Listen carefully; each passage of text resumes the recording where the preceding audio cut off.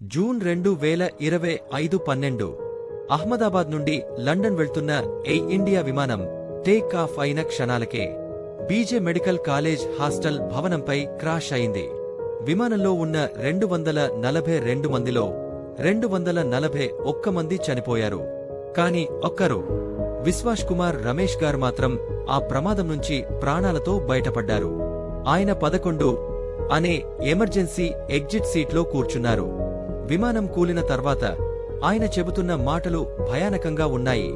ఒక క్షణానికి నాకు నిజంగా చనిపోతున్నాననే అనిపించింది.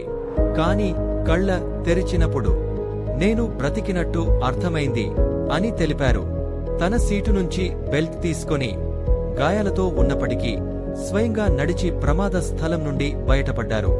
ఆయనతో పాటు ప్రయాణిస్తున్న సోదరుడు మాత్రం ప్రాణాలు కోల్పోయారు. ఇది అదృష్టమా లేక దేవుని కాపాడిన జీవితమా?